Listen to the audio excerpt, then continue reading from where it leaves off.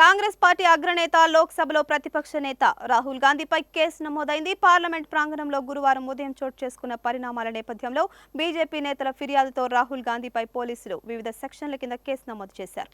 అంబేద్కర్ పై కేంద్ర హోంమంత్రి అమిత్ షా చేసిన వ్యాఖ్యలకు ఇండియా కూటమి నేతలు నిరసన కార్యక్రమం చేపట్టగా పార్లమెంట్ ప్రాంగణంలో ఎన్డీఏ, ఇండియా కూటమి పక్షాల ఎంపీల మధ్య తోపులాట జరిగింది. ఈ ఘటనలో బీజేపీ ఎంపీలు ప్రతాప్ చంద్ర సారంగి, ముఖేష్ రాజ్పుత్ గాయపడ్డారు. ఈ ఇద్దరు ఎంపీలకు ఢిల్లీలోని రామ్ మనోహర్ లోహియా ఆసుపత్రి ఐసీయూలో చికిత్స అందించారు. కాగా తమ పార్టీ ఎంపీలకు గాయాలు కావడానికి రాహుల్ గాంధీయే బాధ్యుడని ఆరోపిస్తూ బీజేపీ ఎంపీలు హేమంత్ జోషి, అనురాగ్ ఠాకూర్, బాన్సురి స్వరాజ్ పార్లమెంటు స్ట్రీట్ పోలీసులకు ఫిర్యాదు చేశారు. హత్యాయత్నం సహా పలు సెక్షన్ల కింద రాహుల్పై కేసు నమోదు చేయాలని కోరారు. బీజేపీ ఎంపీలు ఇచ్చిన ఫిర్యాదు మేరకు రాహుల్ గాంధీ తదితరులపై బీఎన్ఎస్ సెక్షన్ ఎఫ్ఐఆర్ నమోదు చేసినట్లు పోలీసులు వెల్లడించారు.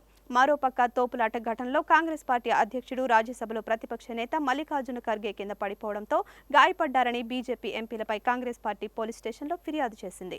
అయితే కాంగ్రెస్ పార్టీ నేతలు ఇచ్చిన ఫిర్యాదు విషయంలో అధికార పార్టీ ఎంపీలపై ఎఫ్ఐఆర్ నమోదు కాలేదు. దీనిపై డీసీపీ దినేష్ పాహ్లా మాట్లాడుతూ కాంగ్రెస్ పార్టీ ఇచ్చిన ఫిర్యాదుపై విచారణ చేస్తున్నట్లు తెలిపారు.